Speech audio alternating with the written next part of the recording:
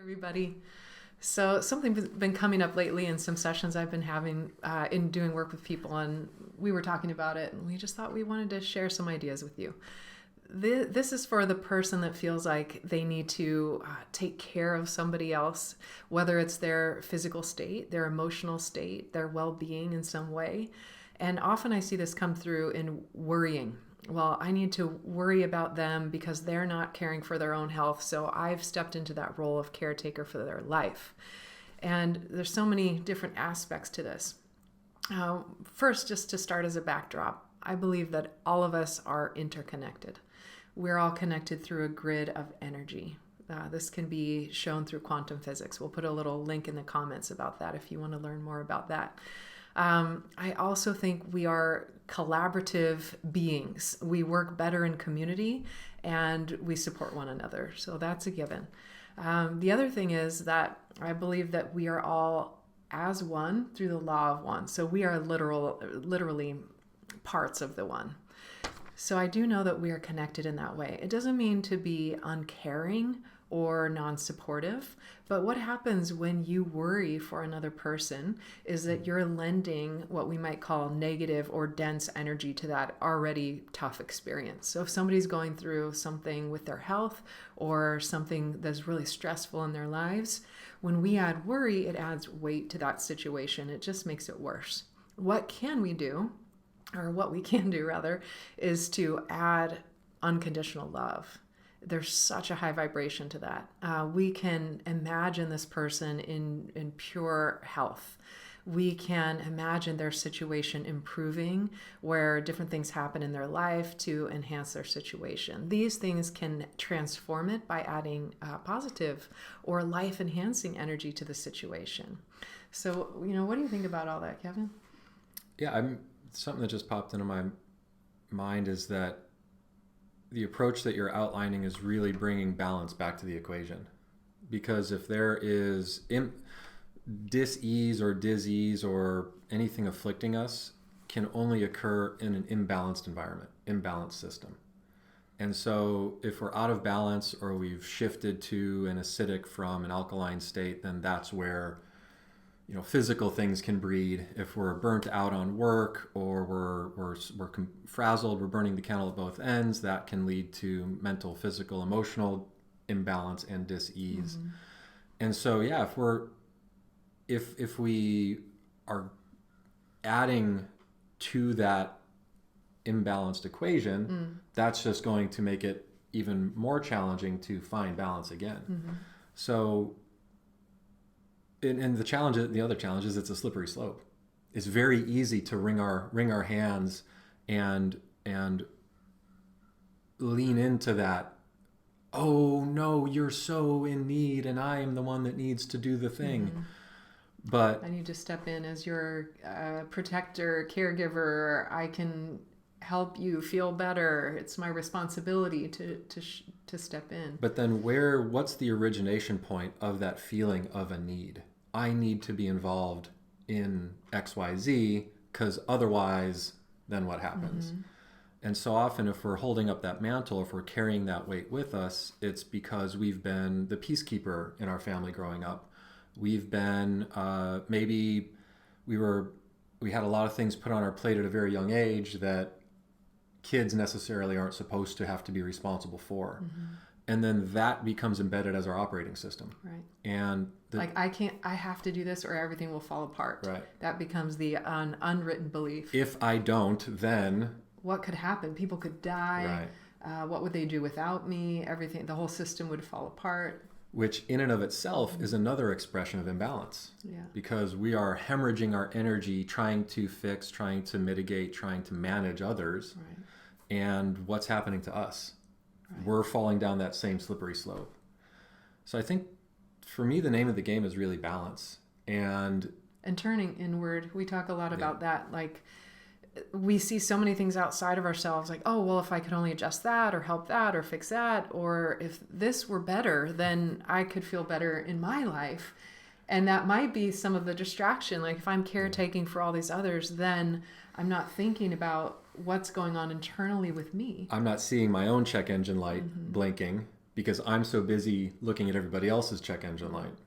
And when we start really looking within and figuring out how to release resistance in our own life and enhance our ease quotient, our inner peace, it's amazing how many external problems just drift away. They're no longer an issue. Yeah. And strife that we have between individuals starts to melt. Really, each of us, I believe it's our responsibility to figure out how to do this for ourselves. That's what we're here to do. You know, we are here to collaborate and to support one another, but the best way we can do that is by elevating and evolving ourselves, enhancing our energy quotient, and the more and more people that can do that, the better we are in collaboration. Yeah, and I mean, that's really the only place for change to occur. We can't force things out here to change without first changing the condition within. Yeah.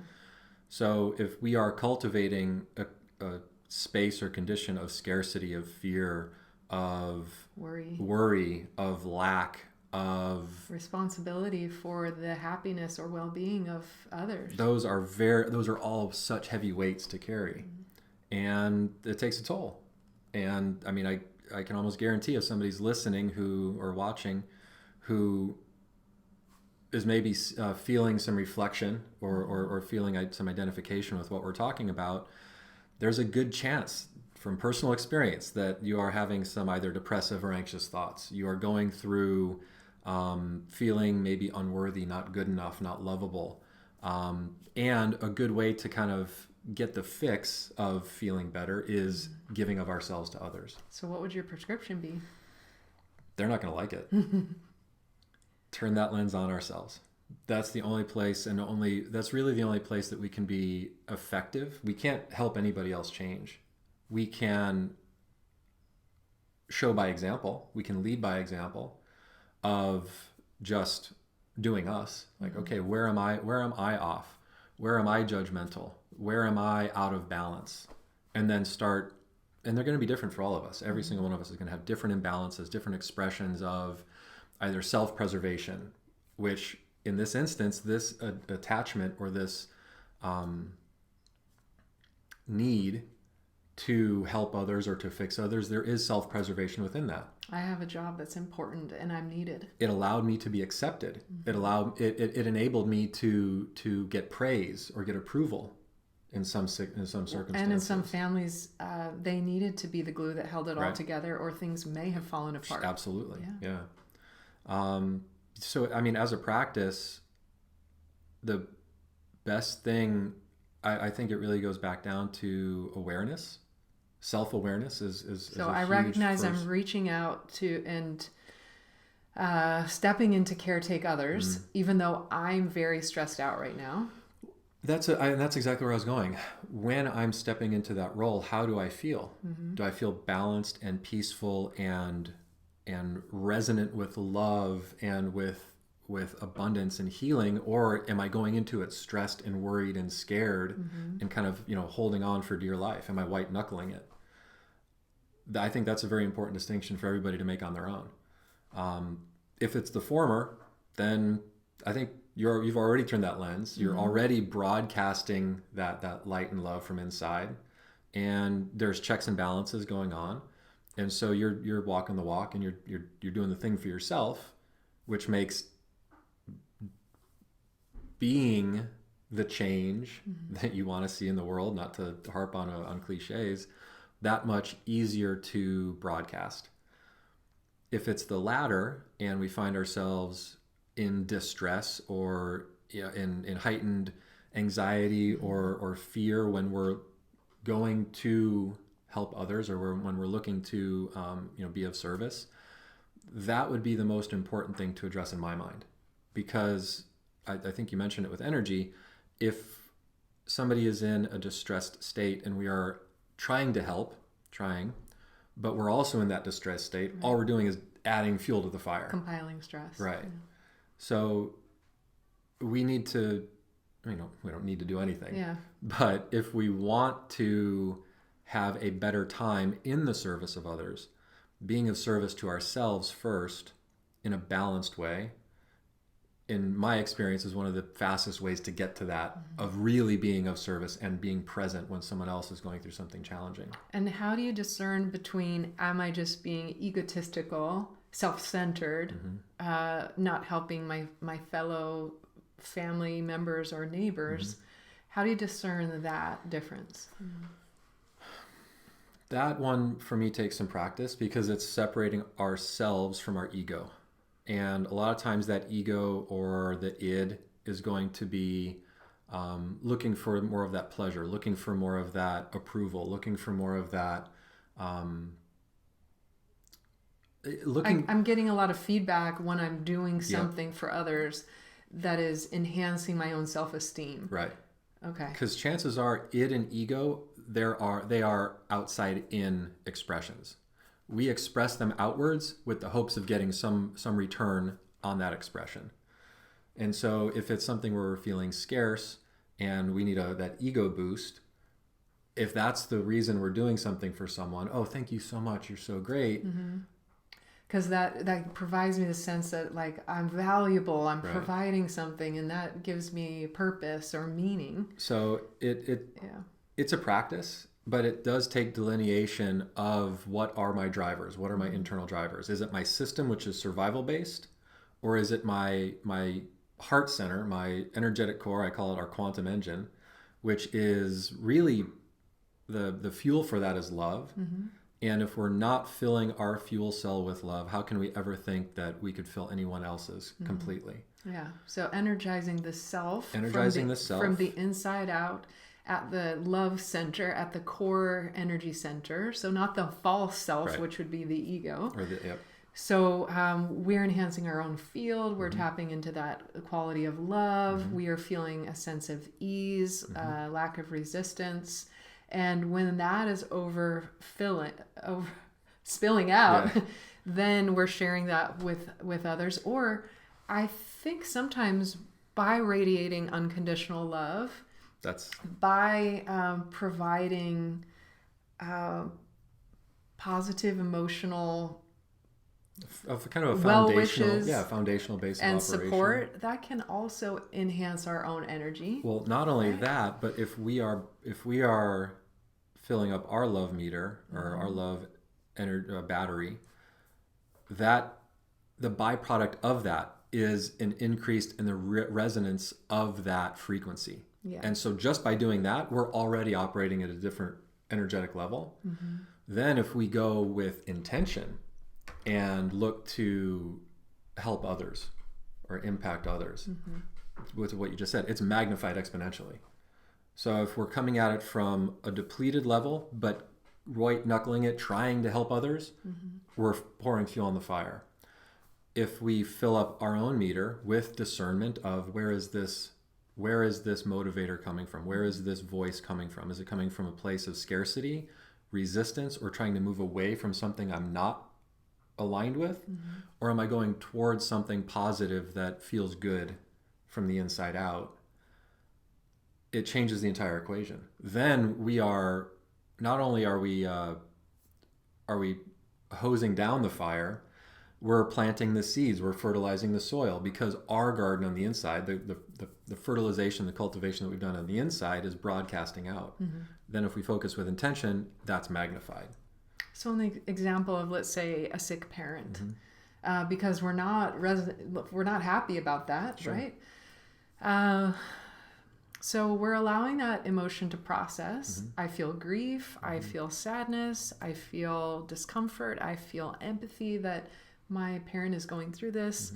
I will do what I need to do to take care of myself, to enhance the way I'm feeling, whether that's my meditation, whether that's a yoga practice, whether that's the breath work, going for a run, calling a friend, listening to Bob Marley. We're tapping into our tools to enhance our energy. And then from that space, we can provide love. We can provide healing intention. We can provide support in the way of bringing food, calling on the phone, telling them how much you love them. Right? Even if it's more practical, like the example of, I've got a parent who's in hospice or homebound or can't prepare their own meals or care for them.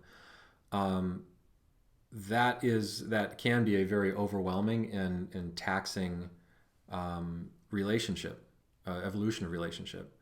So yeah, everything you just listed, if we're not doing those things, then there's no way we're going to be able to be balanced in that. And so then you might get resentment, or you might get anger or frustration bleeding into those expressions of helping, because we're not balanced going into it. Feeling like you're burning the candle at both ends, Right. like just the stress level goes off the chart. Yeah. And then unfortunately, sometimes it gets into a vicious loop cycle, because say we are leading with effort that is imbalanced. And so one, we're behind the eight ball automatically.